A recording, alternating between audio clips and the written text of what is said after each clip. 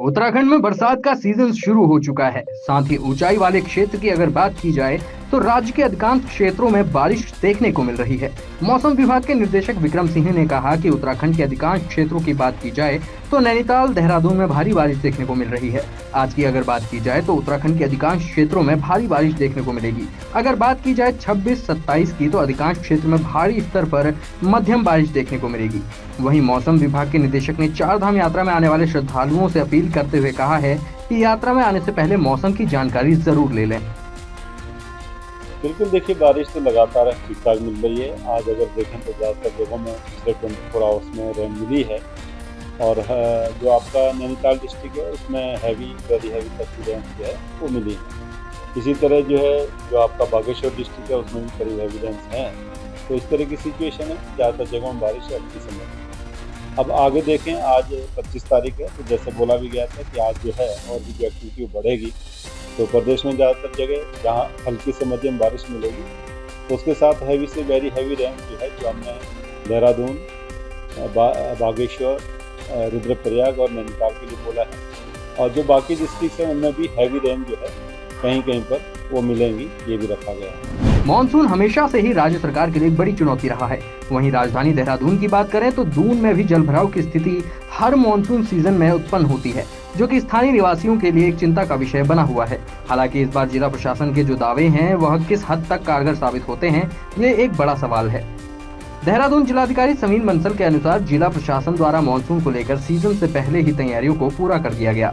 जहां तक जलभराव की बात की जाए तो ऐसे क्षेत्रों में जहां पर इस तरह की स्थिति बनती थी वहां नया ड्रेनेज सिस्टम लगाया गया है, जो कि पिछले ड्रेनेज सिस्टम से कारगर साबित होगा और उम्मीद है कि जलभराव इस बार देहरादून में देखने को न मिले। हालांकि प्रशासन के ये दावे सफल होंगे या नहीं, ये देखना दिलचस्प जरूर होगा। जितने भी हमारे निगम के मेजर नाले थे वो उनको टाइम बाउंड वे से निर्देशित किया गया था कि उनकी ड्रेजिंग, साफ़ सफाई और क्लियरेंस कर ली जाए। सो मेजर नालों की मेजॉरिटी में उनके द्वारा कार्रवाई संपादित कर ली गई है और जो अभी तक उनके 5 to 6 है। सेकेंडली जो हमारे चोक पॉइंट्स थे जैसे ISBT ड्रेनेज, वहाँ पर जैसा पब्लिक एस्पिरेशंस के अकॉर्डिंग कमिट किया था कि मानसून से पूर्व वहाँ पे नया ड्रेनेज हमारा आउटफॉल तक बन जाएगा और उसका कार्य भी पूर्ण हो चुका है और वहाँ पे उम्मीद है कि अब जल भराव की स्थिति नहीं आनी चाहिए। देहरादून के सहसपुर थाना क्षेत्र में जमीनी विवाद को लेकर एक बुजुर्ग की हत्या हो गई। दरअसल बीते लंबे समय से तकरीबन 65 साल के वाजिद नाम के इस बुजुर्ग व्यक्ति का अपने परिवार में ही भाई भतीजी से जमीन विवाद चल रहा था।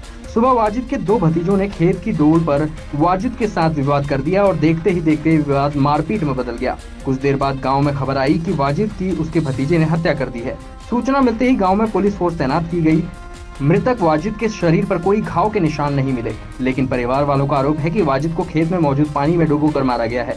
घटना की सूचना मिलते ही मौके पर पहुंची सहसपुर थाना पुलिस ने मामले की तफ्तीश शुरू कर दी। मौके पर पहुंची फॉरेंसिक टीम ने भी घटनास्थल से घटना के साक्ष्य जुटाने की कोशिश की है। तो मौके पर ये बालूवाला पे हम पहुंचे हैं, तो यहाँ पे तहकीकात की जानकारी की जो पता चला है कि आपस में जो मृतक है जिन्होंने ये प्रयास किया है, मृतक जिन्होंने हत्या की है, ये आपस में एक ही रिश्तेदार हैं। ये इसके चाचा के लड़के हैं ये। तो इनका ज़मीनी विवाद चल रहा है पुराना। उस ज़मीनी विवाद में इनके बीच आज सुबह धक्का मुक्की हुई और उसमें इनका परिवार वालों का ये कहना है कि धक्का मुक्की के दौरान इनमें जो इसके चाचा के लड़के मनीष और असलम ने, इन्होंने जो मृतक है वाजिद अली, उसको जो खेतों में पानी है उसमें इसको डुबो के मारा है, जिससे इनकी मृत्यु हुई है। हरिद्वार में हर की पैड़ी पर लावारिस मृतकों की अस्थियों को गंगा में विसर्जित किया गया। जोधपुर राजस्थान के सामाजिक संगठन हिंदू सेवा मंडल ने 1121 लावारिस मृतकों की अस्थियों को विधि विधान के साथ गंगा में विसर्जित कर उनके लिए मोक्ष की कामना की। ये संगठन पिछले कई साल से हर साल सैकड़ों लावारिसों की अस्थियों को गंगा में विसर्जित कर पुण्य कमा रहा है। हर की पैड़ी पर आयोजित कार्यक्रम के दौरान हरिद्वार के विधायक मदन कौशिक भी मौजूद रहे। जो अज्ञात शव हैं या जो बिल्कुल असहाय लोग हैं, जिनका कोई भी अंतिम संस्कार नहीं कर सकता, उनका हम अंतिम संस्कार करते हुए उनको हम मोक्ष के लिए मां गंगा की गोद में विसर्जन के लिए लेके आते हैं। केंद्रीय पर्यावरण, वन एवं जलवायु परिवर्तन मंत्री भूपेंद्र यादव ने बुधवार को भारतीय वन्य जीव संस्थान में आयोजित 3 दिवसीय इंडियन कंजर्वेशन सेमिनार का उद्घाटन किया। इस मौके पर उन्होंने कहा कि 2047 के विकसित भारत के हिसाब से वन मंत्रालय कंजर्वेशन प्रोग्राम तैयार कर रहा है। उन्होंने इस सेमिनार में आए देश भर के साइंटिस्ट, रिसर्चर्स से अपील की है कि परंपरा और विज्ञान को साथ लेकर चलना चाहिए। उन्होंने कहा कि फॉरेस्ट कंजर्वेशन के लिए ट्राइबल का पारंपरिक ज्ञान हमारी बहुत बड़ी धरोहर है। पारंपरिक ज्ञान का डॉक्यूमेंटेशन होना चाहिए। इंटरनेशनल बिग कैट अलायंस की घोषणा भी करी थी और आज भारत में उसके कार्यालय के साथ देश के 97 कंट्रीज़ जिनमें बिग कैट्स पाए जाते हैं उनमें इस कोलेशन को आगे बढ़ाने का कार्य शुरू हुआ है।